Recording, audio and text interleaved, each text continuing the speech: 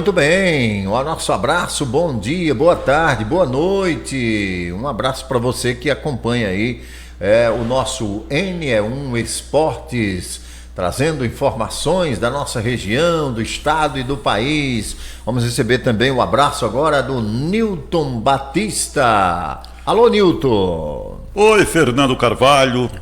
Estamos chegando, voltando aqui para o NE1 Esportes, onde vamos falar do futebol, principalmente, né, o futebol brasileiro, que está aí nas mais diferentes competições. E a gente vai falar de campeonato brasileiro, a gente vai falar do campeonato paraibano da segunda divisão, já que existe uma expectativa muito grande com essa segunda divisão do ano de 2026, onde temos a presença da Desportiva Guarabira. A Desportiva Guarabira que está se preparando, a Desportiva Guarabira que já iniciou toda uma preparação para chegar no dia da estreia e o time possa estar em dia com aquilo que se pensa. Muito bem, então vamos trazer já notícia, entrando aqui com essas notícias sobre a nossa Desportiva Guarabira, que daqui a alguns dias vai estrear na segundona, né, Nilton? E tem muitas novidades que vão acontecer, que estão acontecendo, e aí o nosso NE1 Esportes traz para você. Pois é, a Desportiva Guarabira que acabou de contratar mais um goleiro, trata-se de Marcos Amorim, que foi goleiro do 13,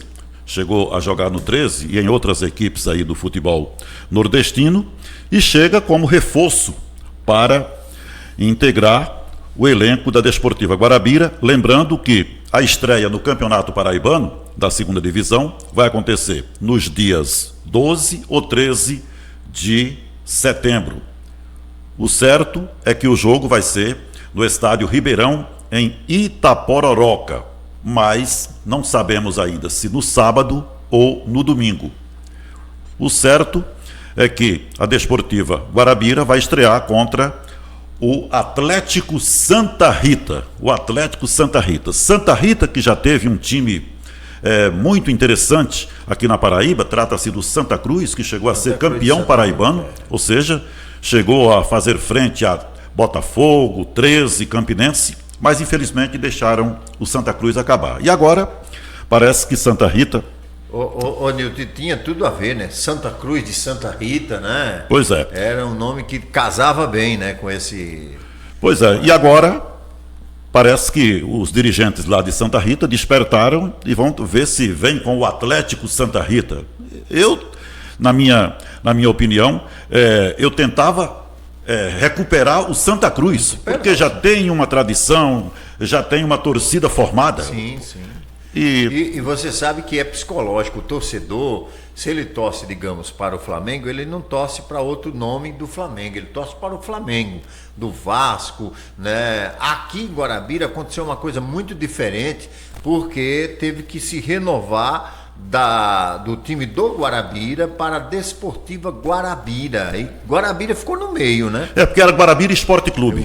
Era Guarabira Esporte Clube. E hoje é Desportiva Guarabira. Por conta de problemas de dívidas e tudo mais, o Guarabira Esporte Clube, infelizmente, saiu de campo. E de linha, viu, Nilton? Mas vamos lá. E esse Marcos, você disse que veio do 13, é um goleiro novo aí que vai atuar no futebol aqui da nossa Desportiva. Vamos torcer para que ele faça um bom trabalho, né? Tá chegando, trata-se de um goleiro que já tem uma certa experiência, e se está sendo contratado é porque quem está no comando da Desportiva Guarabira, a partir do próprio treinador, o Douglas Andrade, deve já conhecer o futebol desse goleiro e certamente chega para fazer parte do elenco, quem sabe ser até o titular. Tomara que realmente venha como titular, mas tem outros nomes, Nilton, só o goleiro que apareceu aí nessa sua lista, tem outros nomes. Semana passada a gente falou sobre o técnico, né, o técnico que estava começando o trabalho. Quer dizer, é tudo novo para a Desportiva Guarabira, né? Porque não, o elenco está mais ou menos fechado, né? Já está praticamente definido aqueles que vão integrar o elenco, ou seja, o treinador, o Douglas Andrade, tem feito um trabalho intensivo, manhã e tarde, preparando o elenco da Desportiva Guarabira. Então é isso aí, é treino para chegar no dia da estreia, o time está em plenas condições. Que não vai estrear em casa, é bom o torcedor ficar atento, a estreia dele será em Alagoinha, depois no campo, como se o jogo de casa, né? Vai ter esse outro jogo fora de casa, mas o campo da Desportiva momentaneamente será o Moura Filho, na cidade de Alagoinha. A gente comentou sobre isso a semana passada, Nilton. Já que o Silvio Porto passa por reforma, temos aí a Desportiva Guarabira, da conversa que teve lá com a direção do estádio Moura Filho de Alagoinha, vai jogar lá, ou seja, vai fazer de lá o seu mando de campo. E vai dar tudo certo. Agora, entrando, não sei se você tem mais alguma coisa da Desportiva para a gente também entrar, né? Quero abraçar você que está acompanhando o nosso NE1 Esportes aqui com a produção do nosso Carlos Henrique, né? Trazendo para você as novidades da nossa região e do futebol nacional, Nilton. Não, a Desportiva Guarabira é isso aí que nós temos a destacar hoje aqui no NE1 Esportes, e estamos aí naquela torcida para que as coisas possam andar e caminhar e que tudo dê certo para o time do Brejo, como é chamado a Desportiva Guarabira, possa entrar nesse campeonato paraibano da segunda divisão, possa entrar e fazer bonito.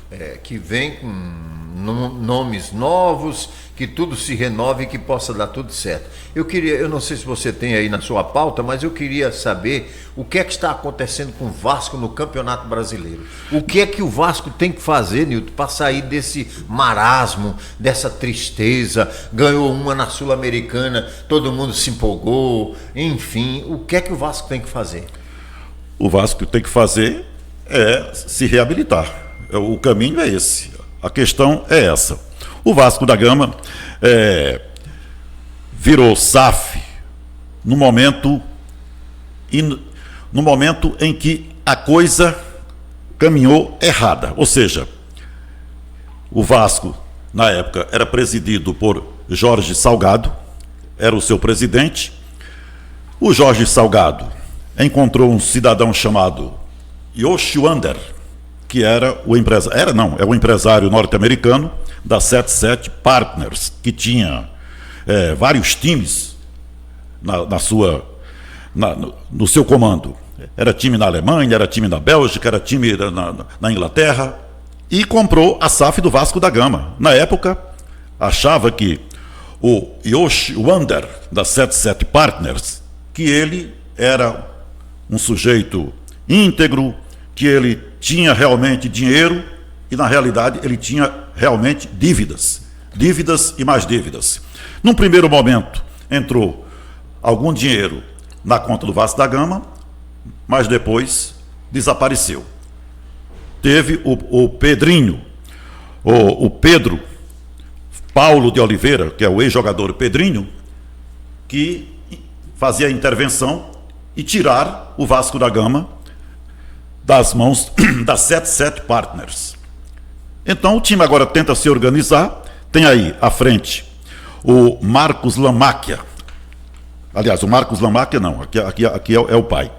Não, aliás, aqui é o filho mesmo. O Marcos Lamáquia Faria, que é filho do José Roberto Lamáquia, que é o dono da Crefisa,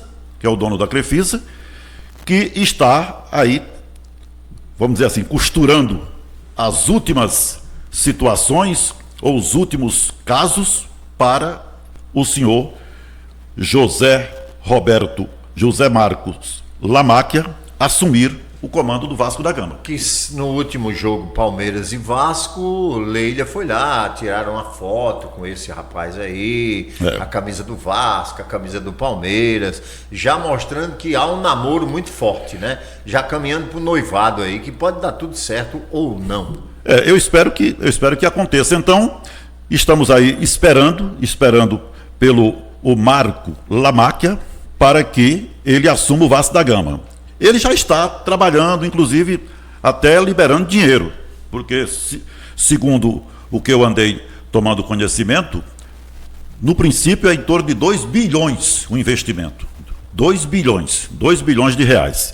Mas, para isso, o Vasco tem que cuidar, nesse momento, do time se organizar para não cair para a segunda divisão. É isso que se espera. É isso que se espera que o Vasco, porque se cai para a segunda divisão, aí muda tudo. Muda. Inclusive o preço de claro. Essas coisas vai mudar tudo, né, Nilton? Caiu para a segundona. Ou seja, o investimento é outro. O investimento é outro. Então, o que se espera é que o Vasco da Gama possa, pelo menos, permanecer na primeira divisão, para que o Marcos Lamáquia assuma e possa fazer com que o Vasco da Gama volte a ser um time vencedor. Muito bem, é o Campeonato Brasileiro, a gente está dando destaque aqui porque a situação do Vasco é cada vez mais preocupante, né? Cada vez mais vai ficando lá para a lanterna. Eu espero que não chegue a segurar a lanterna mesmo, porque está dependendo apenas de um clube, né? Ele é o vice-lanterna, né? É o vice-lanterna. Então o Vasco, há uma chacota muito grande sobre o time do Vasco. Tem uma menininha que é do Rio de Janeiro, uma criança, meu Deus, essa menina chora. Atenção, jogadores do Vasco, agora que se empenhem. Como é que vocês ganham um jogo sul-americano e depois perdem um jogo brasileiro e perde mais outro e perde mais outro? Realmente está muito difícil. O que é que você tem mais aí nas suas anotações, Nilton? Tem o Botafogo do Rio de Janeiro, que ontem perdeu para o Atlético Paranaense por 3-2, e o Botafogo vive também uma transição de SAF, que antes era o John Testo, o norte-americano, mas esse saiu do comando da SAF do Botafogo e agora está chegando um mexicano, Gabriel de Alba. Gabriel de Alba é o novo chefe da SAF do Botafogo do Rio, que ontem perdeu para o Atlético Paranaense por 3-2, mesmo jogando no Nilton Santos, foi derrotado o alvinegro de General Severiano. Então, esse negócio de SAF, ou você faz uma coisa bem costurada, ou seja, bem arrumada, porque se não fizer, dá disso. O Botafogo está em crise também, o Botafogo do Rio de Janeiro, por conta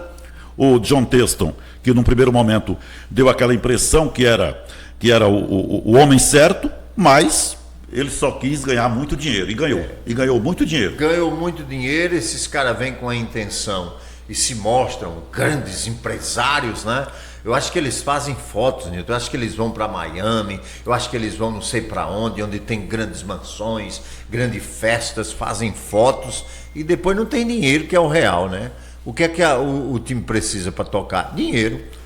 Dinheiro e organização. E né? organização. Ou seja, porque tudo só funciona com boa administração. Agora, falando do Botafogo da Paraíba, o Botafogo da Paraíba, que chegou no momento aí do Campeonato Brasileiro da Série C, chegou num momento muito difícil, quando o time chegou a estar na zona de rebaixamento. Hoje, esse Botafogo vem numa sequência invicta, onde está entre os dois primeiros da Série C do Campeonato Brasileiro, já está classificado para a segunda etapa, onde se espera que o Botafogo, quem sabe, suba para a segunda divisão do futebol brasileiro. Então, parabéns ao Botafogo, que vem de uma derrota fantástica no último sábado, jogando contra o Guarani de Campinas. O Guarani de Campinas, que já foi um grande time também, mas hoje vive numa fase de altos e baixos, mas é o Guarani de Campinas, que já foi campeão brasileiro. O time lá da cidade do interior paulista. O Botafogo venceu de virada no último final de semana, o Guarani, no Almedão, venceu por 3-1, e agora, no fim de semana, vai jogar contra o Itabaiana, vai cumprir tabela, já está classificado, e esperar para a próxima fase, onde a gente espera que o Botafogo mantenha esse mesmo nível de trabalho e, ao mesmo tempo, de recuperação do futebol. Então é isso aí. A gente tem muita coisa para se falar, mas a gente hoje passou do limite. Muito bem, e a gente volta na próxima terça-feira no nosso N1 Esportes. Um abraço e até lá.